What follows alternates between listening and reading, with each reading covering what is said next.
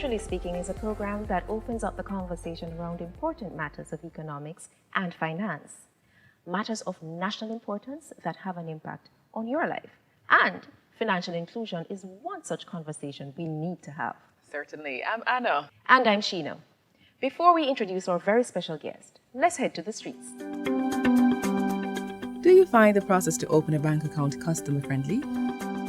It's a lot of things you have to go through. You sit down and the process is like for 3 or 4 hours before them can finish. And if they open the account with $500 as a child, but big people are like 5,000 up. And you take a while before you go back. When you go back, your money gone. You pay the bank to keep your money. So it's not really easy, it's very hard. A long time I open one account at NCB, you know. I don't feel that way. I'm not too done. I know if I sign my address and them things that I have my TRN. The company that I worked with, I had to open an account in order to get my pay through it. So it was kind of easy because my company helped me to open a bank account. But other people, they're going to find it difficult because they don't have the accessibility of having a company to help them open a bank account. When I go to the bank, there are a lot of hassling. You want a process you have to go through in order to get a bank account. So it's not easy. Very hard and difficult. Yes, it was easy. Go and sign up. Somebody reference me to the account, to the bank, and I sign up and I get through. Well, I do it from primary school, so it is kind of easier for me to open up the account from tender ages. I don't think so, because in order to open a bank account, they have a truckload of requirements that they want persons to do all of those things. It's difficult. It's very difficult, you know, so it's a turn off. With all of the implementations that the Bank of Jamaica have, it's a little bit challenging and difficult. But if people comply, they can find the process not as hard, because we need proof of address, we need proof of income, we need source of funds. So all of these things are kind of challenging for a lot of people. A lot of people don't have formal addresses. A lot of people don't have bills that come in their names to prove that their address is so and so. So it is challenging sometimes, but we have ways that they can get around it. Like a JP can verify that you live where you live. So sometimes it's not as difficult, but often it is that people don't want to follow the process.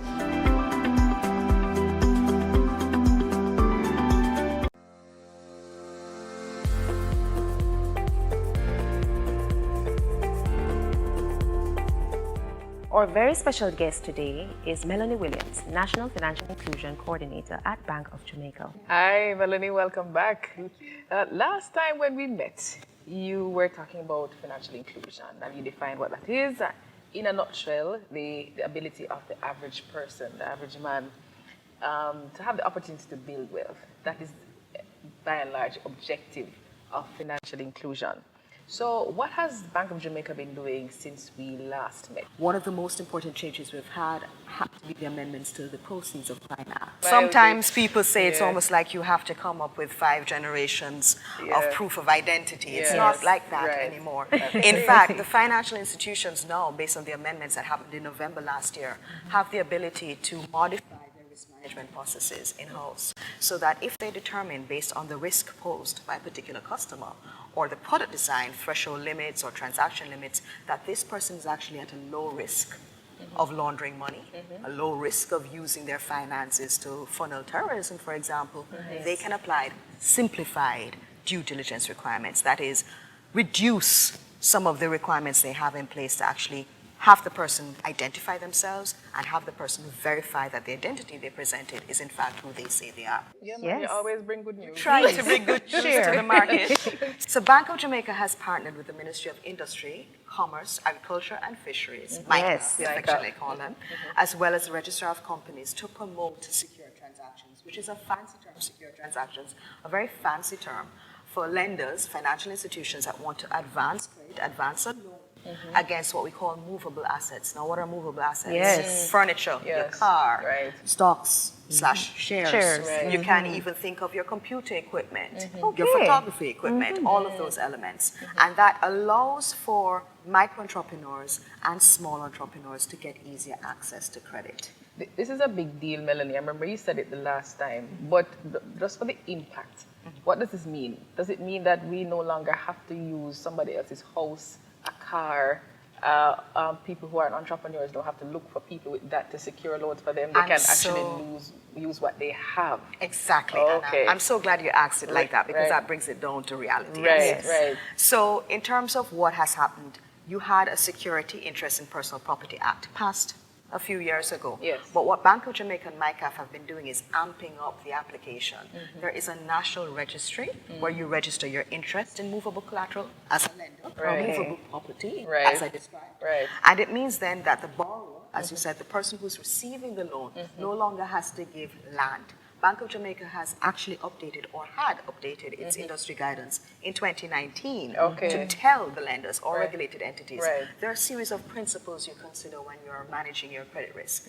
And so you really need to know the credit risk profile, you use your credit scoring mechanisms, but you also need to have an understanding of the business model of the entrepreneur coming to you to better suit the needs, the cash flow requirements. And you don't have a prescribed list of approved collateral. So you don't have to come with 40 acres and a mule anymore. Because the world is changing. We never have that anymore. You know, well, so you have to come with things that people actually own and can give you. And you then really, as a lender, want to make sure that you know your customer in the sense of, again, the credit risk profile, the credit score applied, and you therefore liaise with the credit bureau. You also want to understand what is the risk of non-payment. So you need to have a sense of the value of the collateral being put to you. Is it a 2019 vehicle that you're getting in mint condition? And that's a different type of value with a market where you can sell it if the loan is not repaid versus something that tends to be a little more difficult, like a patent. So it really is, again, up to the financial institution to determine what type of collateral it will accept for a loan. But this opens up the doors, if you will, to micro-entrepreneurs, small and medium-sized entrepreneurs to get loans. Okay, a lot has been happening. Yeah. So share with us how BOJ has been communicating the financial inclusion message to the public. This program, let me tell you, this program has been really very helpful in getting the message out there. We've also been hitting the streets. And so we have actually been we've had 24 engagements. Wow. And we have been in 6 parishes. We don't reach Clarendon yet, but we are coming. We've been in St. St. Mary, St. Anne, St. Thomas. We've been in Kingston and St. Andrew. And we are also going to continue our collaboration with St. Catherine. We've had one initiative, but we want to reach out more in a more meaningful way to St. Catherine and across all of the island. We've also actually been in St. James as well, Montego Bay. And we really at this time have to give, major props to the Jamaica Deposit Insurance Corporation because they invited us. It's an ongoing initiative that JDIC has, to really take the message of financial inclusion to the people. And we've also been partnering with our sister regulator, the Financial Services Commission, as well as MICAF, Ministry of Finance, who gave us a great platform to engage with the people, and the Development Bank of Jamaica. Major private sector stakeholder engagement has also been happening with the private sector organization, Access to Finance Panel.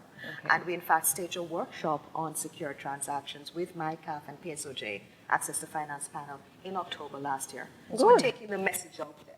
So 3 things that I took away from our discussion today. 1, the process to open a bank account is much more simple under the revised KYC requirements. Number 2, the average person, particularly the entrepreneur, can use the assets that he or she owns to secure loans. The regular things, equipment, furniture, and this is a departure from the typical land and building kind of security.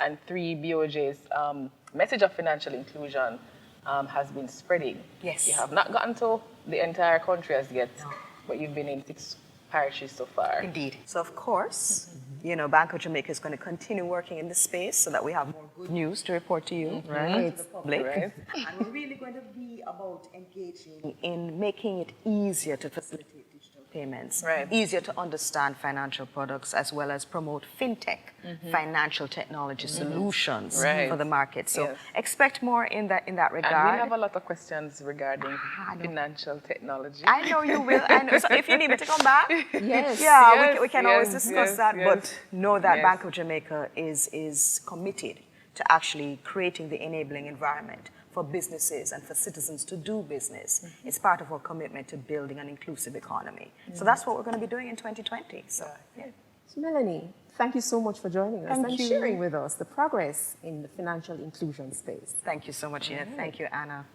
It's now time for the fun fact.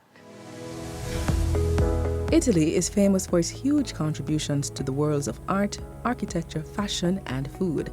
But did you know that the European country is also the home of modern banking? Just like in other ancient civilizations, the first banks in Rome began in the temples.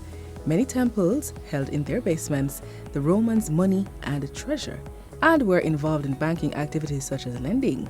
Historical records from Greece, Rome, Egypt, and ancient Babylon had suggested that temples loaned out money in addition to keeping it safe. The word bank originated from the Italian word banco, or bench. It is said that during medieval times, people would conduct business transactions while sitting on a bench. Modern banking was birthed by a powerful Italian family. The biggest improvement in banking happened when Giovanni di Bicci de' Medici set up the Medici Bank in 1397. During the Renaissance in Italy, the Medici family of Florence established a chain of successful banks all over Europe. The oldest surviving bank in the world is 548 years old and can be found in Italy.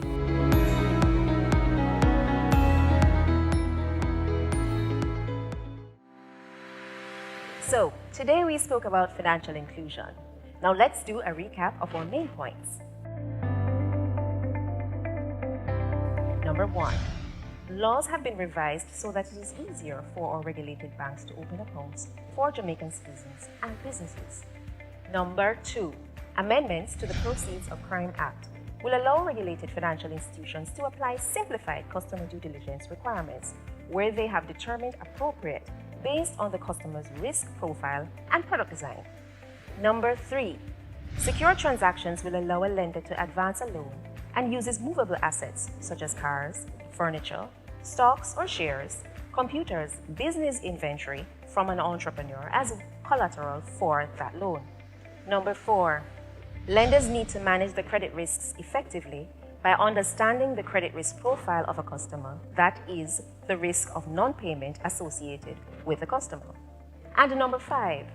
Bank of Jamaica will promote financial literacy, digital payments, and financial technology solutions for the Jamaican public. And that's it for our Fast Facts. That's it for another program. Follow us on Twitter at Central Bank JA or on BOJ's Facebook page. You can also visit our website at boj.org.jm. And of course, keep watching upcoming programs of Centrally Speaking right here on this station. I'm Anna. I'm Sheena. Thanks for watching.